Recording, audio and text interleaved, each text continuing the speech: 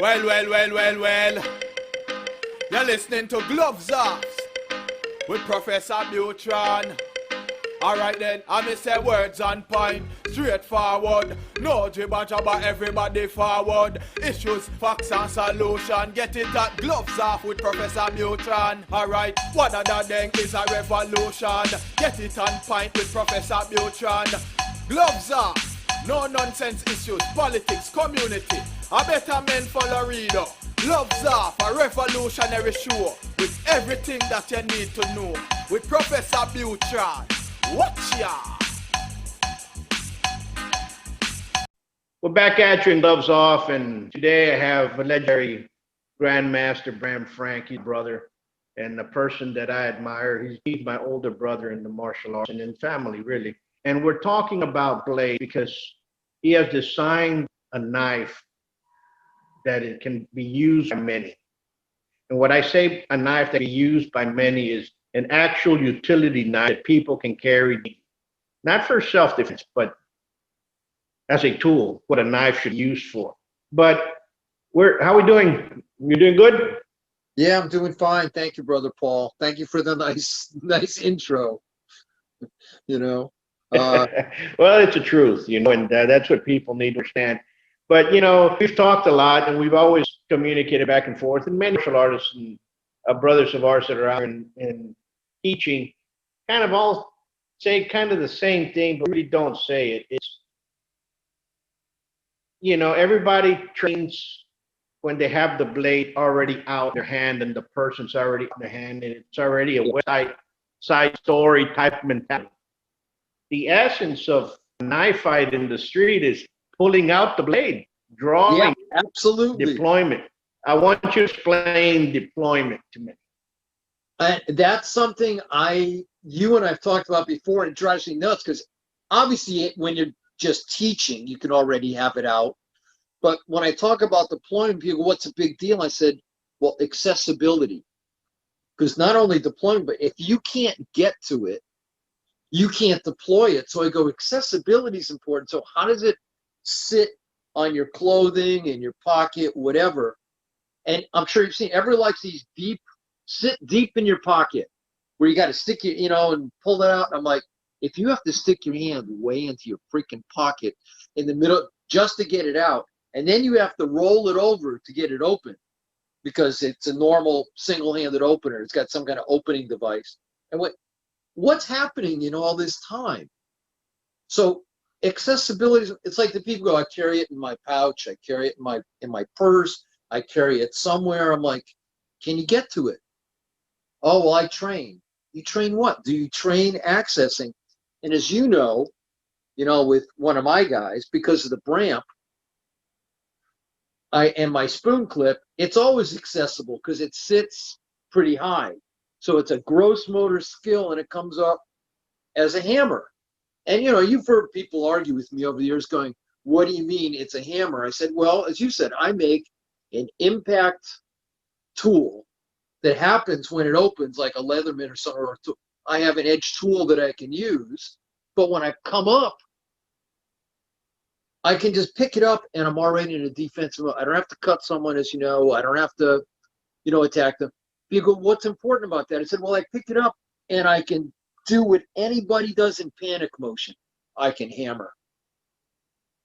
And hammering's important because it's like pawn a jab, just moving away and deflecting. What am I doing? Because the next thing becomes with the Bramp, as is that if I can touch you, it's open. So I don't worry about that I get it open. I don't worry about, am I ready to cut you? I just have to make contact with you, start shifting you around. And in a self-defense response situation, if I touch you, forward or reverse grip, it's open. And I can decide what to do. I watch people who you say they've already got, and a lot of them, they work with a fixed blade. They have it out. They teach all this stuff. And I go, how'd you get it? You go, what do you mean? I go, well, where do you carry it? Absolutely. And they're looking at me like, and I see these people, and a lot of them, they all want to come up and reverse grip. And I go, what happened with leading with the edge and the forward grip? Oh, we don't do that. You don't do that. Why? Well, this way it comes out of my hidden holster and I poke you full of holes. Okay. And you know me, I'd rather, like I said, because of the clip and the way it sits, when I put my hand there, when I just come up, I still want to be just like I panicked, hands in front of my face. Oh my God.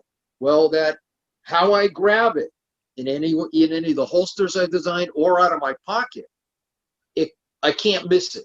There's no deep in your pocket. People goes, oh, Mr. Frank, that should be way down. You're barely able to see it.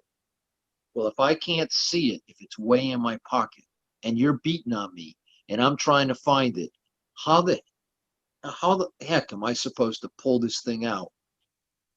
And I look and go, once I get it out, what am I supposed to do? I said, that was, again, the whole point of the Bramp was, I don't think. Because you and I both know we don't get smarter under duress. So Absolutely. And you see, and a lot of people have never, I'm going to say this, there was a time frame where the martial art instructor, whether it was a guru, a professor of Savat, a Sifu, a sensei, they were tested. They were literally tested at one particular time if they actually knew what they were doing. Nowadays, you have a lot of people teach martial arts that have never been in a schoolyard tussle. Most of their sisters were the ones that protected throughout high school, and now they're teaching, and they have these humongous titles, and they're teaching people how to use a blade backwards and forward. And you're like, wait a minute, are you giving some? Have you used? And they kind of, well, it's actually, this is the way it is in the book, and this is how the book shows it. So it should work. Well, have you done it? If you have never experienced it, then you're never going to produce. Yeah. And there's an old saying of my professor, Joe Viviani, I'm going to translate it from French, and it used to say, you cannot teach what you didn't live. Yeah. So if I did not live an experience, I cannot teach it. I can say, hey, this happened. And I believe dramatic. And as time progresses, luminaries such as yourself and others are, all are the old guard now. Okay. And people now, the young guys come up, better start paying attention, because this is the last guard that basically really had knowledge to the older guard that was out or that are no longer around. And it's sad because there's a disconnect from reality teaching to what is being taught right now. And that's why I like your product. And coming back to it is because I use it. I use it as a tool. I use it in butchery and field, like this game. That's what I carry with me. I mean, I use it all the time, so I understand it's cutting edge. I understand the way it works. But, as a defensive blade, I'm going to use it as well. God forbid I have, But people need to understand that about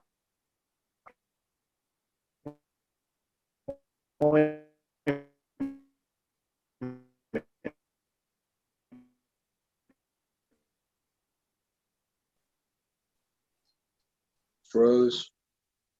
Let's expand that again. Yeah. Brother Paul, can you hear me?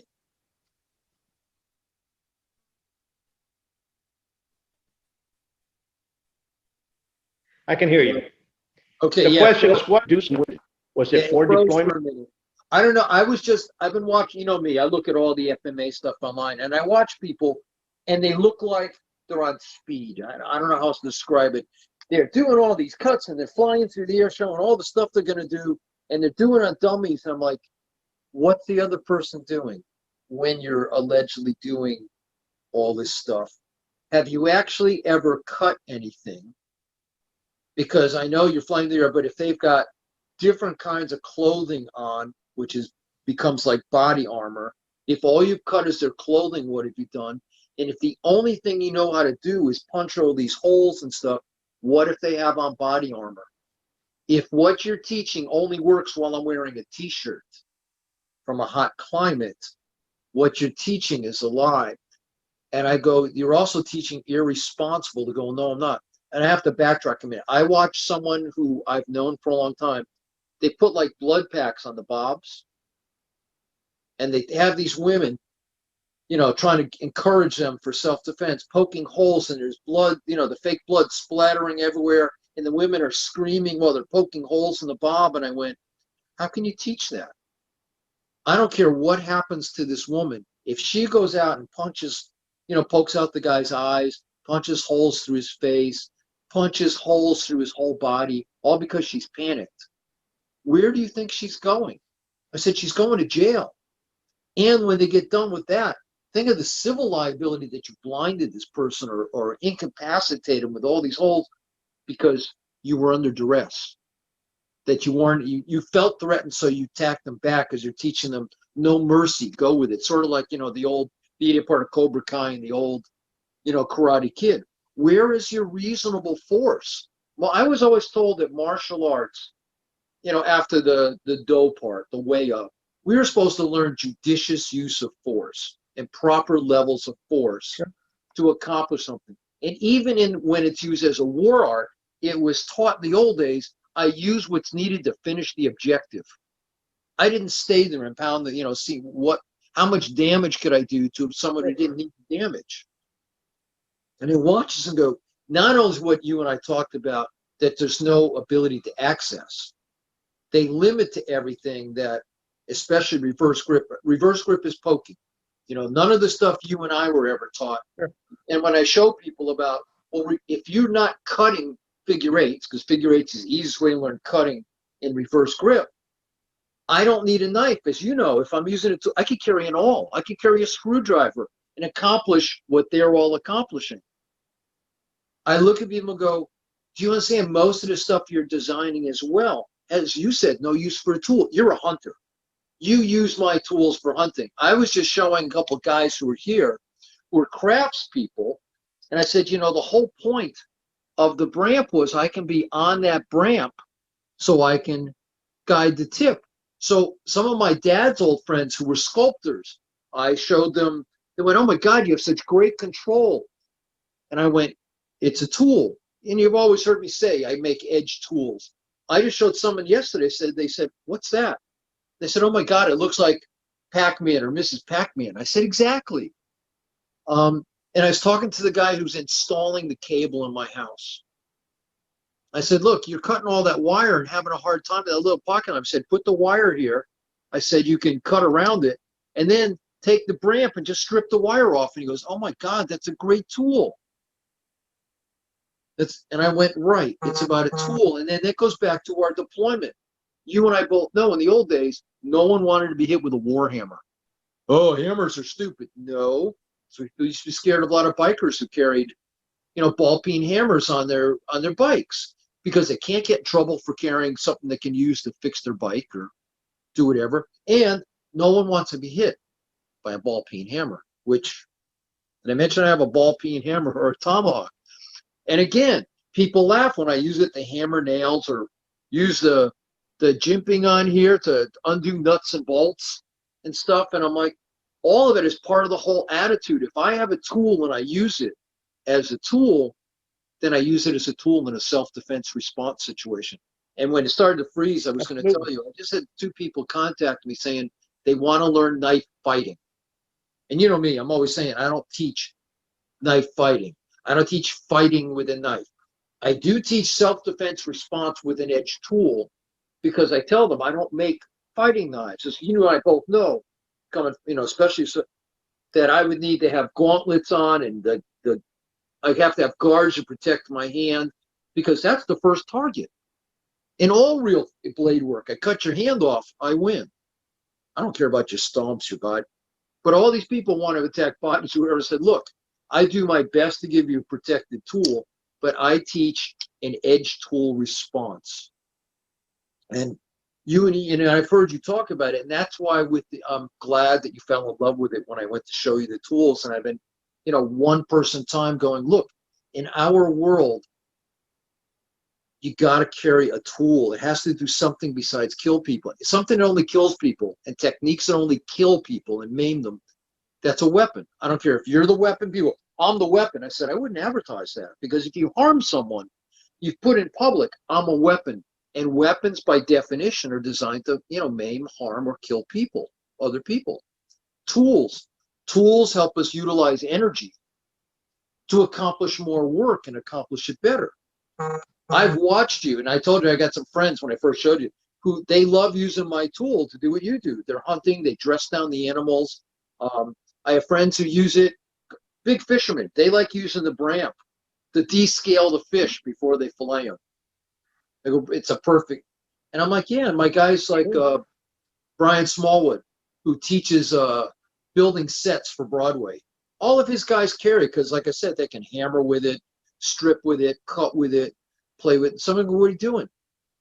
What happened? You're Mr. Frank. You teach FMA. You teach combatives. I said, yeah, to certain people, but overall, I still teach them the same thing. I teach use of a tool. And I think that's overall the attitude's been lost, as you know, on the street. Everyone wants to harm everybody else. And for me, going back to deployment, they go, you're not really going to hit someone. I went, yes. Well, you could cut them.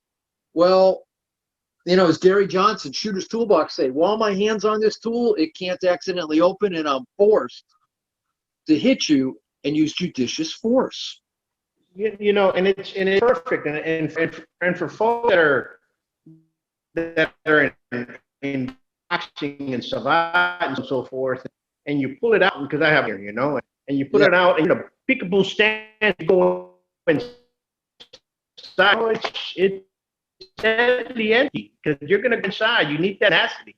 And imagine a hammer in your hand. People have to understand that. You can't you have to teach it people. You can't expect people to learn it because of a tactic or a concept. Understand what I'm saying? Yeah. Concept is like mental farting. Somebody, so I have a concept. Have you designed it? Has it worked? Yeah. If not, then it's just a concept. I have a concept of climbing the Himalayas. Go ahead. Yeah. Well, remember when I first taught Marco Huis, he looked and said, I don't know anything about that. I said, put it in your hand. And he said, what? And I said, can you punch with it? And he goes, of course I can punch. Right. Just like you're doing. Yeah. People understand. I'm not asking you to do something different. That's why I came up with the tool, why I know you like it. You don't have to change what you're doing to make it work. And some people just need it. It's straightforward. Where it's at. Yeah. It's in line. It's going to be the first thing that you're going to feel. Yeah. It's beautiful. Well, that's what I finally had people going. I went up to teach.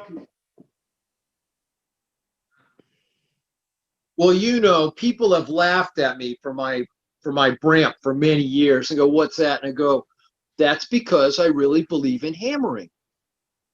And, I joke, some of you people who are listening to this may have seen me when I'm on dressed as T-13, the cyborg Bram. And I beat myself. Thank God I have that mask on so I can hit myself in the head and not knock myself out. It still hurts. I'm like, you have to understand. It works. And one of the guys who used to play for the Buffalo Bills, and they went for a long time on the police department in Buffalo, I finally convinced them to carry one. And I'm not going to say his name because I don't want to get, him in any trouble. But he was out doing undercover work.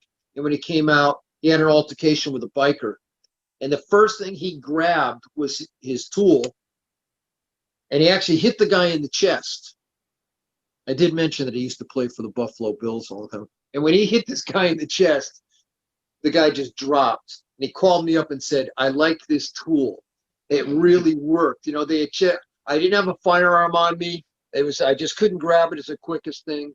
And I had a couple other people who, under duress, grabbed the tool and found out they either knocked the pool cue away, they knocked the guy's hand away, and then, as you know, kaboom!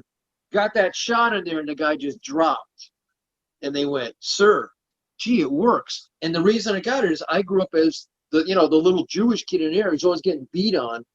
And I learned that a knife was a great equalizer. But my family always did, small projects, and my dad would go, hammers work. And I loved Arms and Armor. War hammers work. And I couldn't think of a better thing than a war hammer. Because, and you've heard me say this, no one gave me a 00 license. For those of you who don't get it, like 007. There's other numbers, but all of us know James Bond, and that was technically the license to kill. God didn't give me a license to kill. Actually, I'm just not supposed to commit murder. God knew that we may have to kill bad guys, which is why it's not thou shalt not kill. The actual translation of thou shalt not commit murder, which is planned killing of someone else. Because obviously bad guys in war have to be killed, and those things happen. But because of that, and because of legal ramifications, I wanted something that would let me use my martial arts levels of force. And of course, I look at people and go, you don't use a screwdriver to drive in a nail. Well, I have a hammer. I can drive in a nail. How about a screwdriver? Well, I can use the clip if I had to on a screw. It's not the best. But for a bolt, I can use it like a wrench. I said, I'm trying to make a tool. I can't cover everything in the world, but I'm also trying to give martial artists and regular people levels of force options rather than I have to shoot you. Oh, why'd you shoot him? It's the only tool I had. Why'd you pull out your knife? Well, I practice all the time, cutting people, stabbing them, chopping them up into a zillion pieces, doing whatever. So when that happened, I trained. I have no choice. Oh, I'll do something different. No, you won't. Whatever you've trained yourself to do, you will do. And all of us who've trained all the time of how do we de-escalate this? How do we shut this guy down? Working up the limb to the body. Well, we have a tool that we can do that with. I'm not stuck with, why did I stab him? Why did I cut his throat? Why did I kill him? And some of these people, especially in a mob situation, what's happening today, though I notice a lot of it seems to have died out. If something happens and you immediately start killing people, it's not going to end well. No. And I want some people, as you said, Brother Paul. And that's what you need. You need to have the ability to understand level of force and how you have it. Because if you teach somebody to go out there and kill, well, that's the type of person you're going to start building.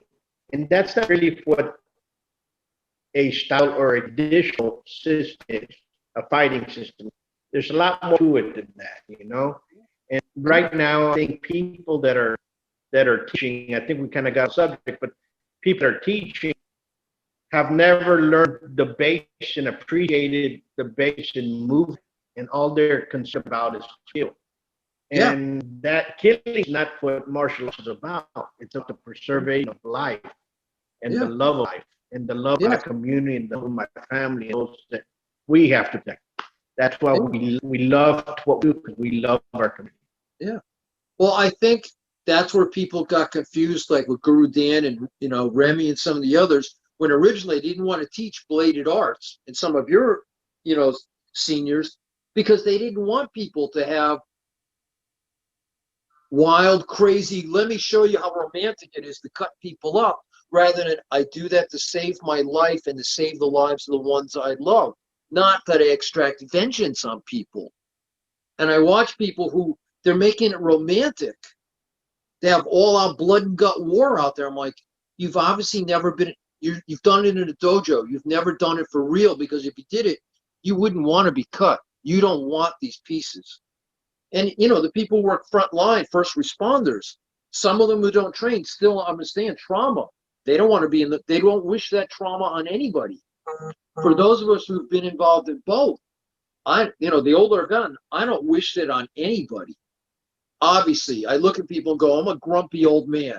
I've lived to be a grumpy old man. Don't think that if you endanger my life or the lives of people I love, that I'm not going to be your worst freaking nightmare.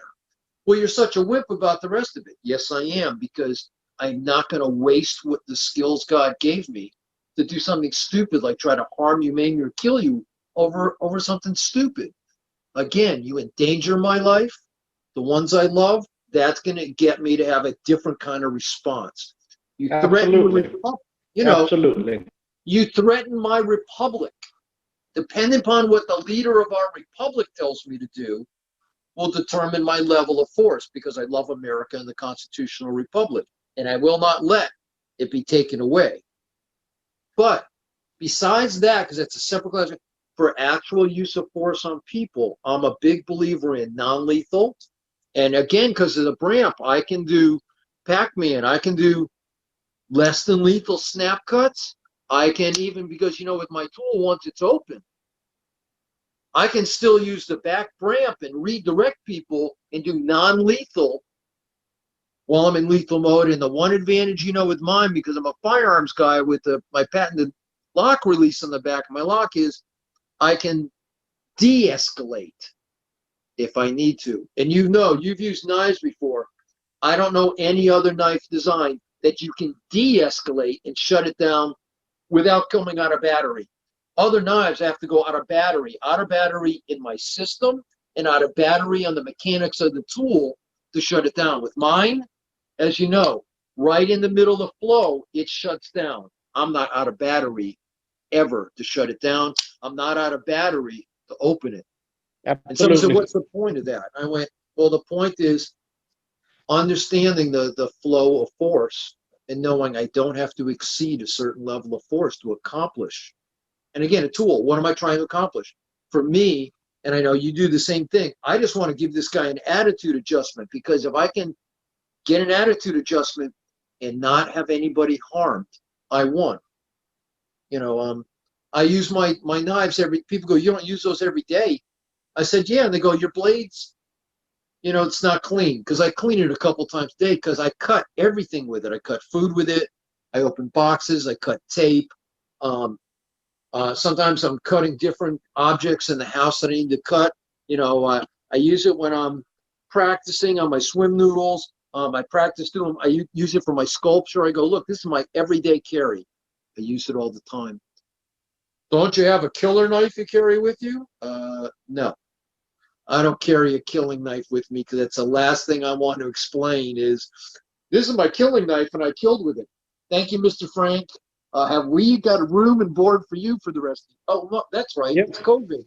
They'll let me out You want again. a padded room or not a padded room, Yeah.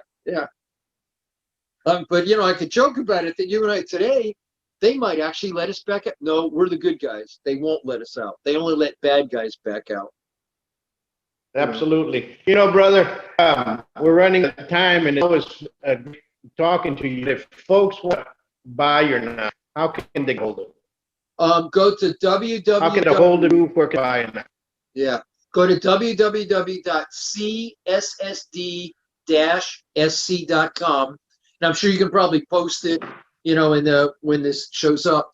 I'm having Christmas and Hanukkah sales, and Mish, who set it up for me, just like Wheel of Fortune, I can't control what's going on. You might get extra off, in the next few weeks. And just because Christmas is coming up, you go, and Hanukkah's in the middle of it, order. Use your Hanukkah money. Use your Christmas money. I make the best pocket tool you can have. So it's at www.cssd-sc.com, and everything's on sale. And Brother Paul over there, he endorses it because he actually uses my tools. I can tell you they work. Absolutely. I use it all the time, and it's a great tool. I've used it in the bench. I use it at work. So, folks, I highly respect the blade, and this is the blades that I can show. People always ask, what kind of blade do you carry? Well, this is the one I carry. I carry Bram Frank. And, Brother Paul, yourself. one last thing. For all of you who don't actually go, I don't want to carry a knife, the reason I make safe red trainers is, if you don't carry a knife and you don't want to deal with it, but you teach knife or practice knife, get one of my safe trainers. You don't have to carry the live blade. I make safe trainers. Brother Paul will tell you, I make them, fixed blades. I make folders. So in your system, if you teach knife, get yourself a safe trainer. I make those too. Everything's on sale. All right? Absolutely. Folks, until next time, peace. Be very safe. My love to you. Bye-bye. Bye.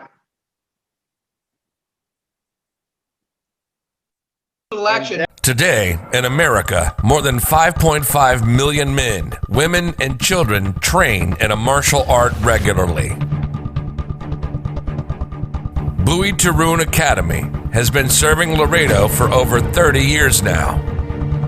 Our adult classes are geared for producing the best in you, teaching you street-ready techniques. With the arts of Savate and Kinpo, you'll learn the traditions of these sciences of combat, as passed down professor to student. Bonjour, friends of Professor Buitrón. The COVID-19 scare is almost over. Be sure to bring the kids back to the professor's training and help them build their bodies, self-respect, self-confidence, and self-defense. The professor is a very competent and amazing man of several talents, aside from being a lovable teddy bear and a funny man. Get back to the studios. This is Sam Booth calling from Phoenix, Arizona. Have a great training. Bye for now. Hello, my name is Manuel Lozano. I've been training in martial arts for close to 50 years. I trained in many martial arts from different masters and grandmasters throughout the years, from the 70s all the way to now. I've known Professor Paul Buitrón for about 30 years. He has done the same, trained in many different arts with many masters. He's traveled all over France, studying with surviving Savate grandmasters, did his research. This man not just knows the fighting techniques and the art, but the philosophy, the history and the strategy, and applying this arts combined with all the other arts. So this man is a wealth of knowledge for anyone seeking instruction in real martial arts and street martial arts. This is the school to go to in Laredo, Texas. For those of you who are away from Laredo, this is the guy to look for. Okay, he's very well versed in all the fighting styles of the different arts he has trained in, and I would highly recommend the school. Hi, this is Mike Lackery from San Antonio, Texas, home of CMOC and the Wing Chun Boxing Academy. I'm here to tell you about my good friend Paul Buitrón. He is reopening his school in Laredo, Texas. Paul is a wealth of knowledge. I've known him a long time. I highly suggest everybody in that area get with it. Go down there and train. Times are getting tough here. And with this COVID-19, we need to support local business. So I highly suggest go see Paul Buitrón at the Don Zaru Savate Academy in Laredo, Texas. You will not regret it. Be good. Come train at the best kept secret of Laredo. Give us a call for your free evaluation at 956-401-4868 or check out our website at savate.biz. Follow us on YouTube and Facebook.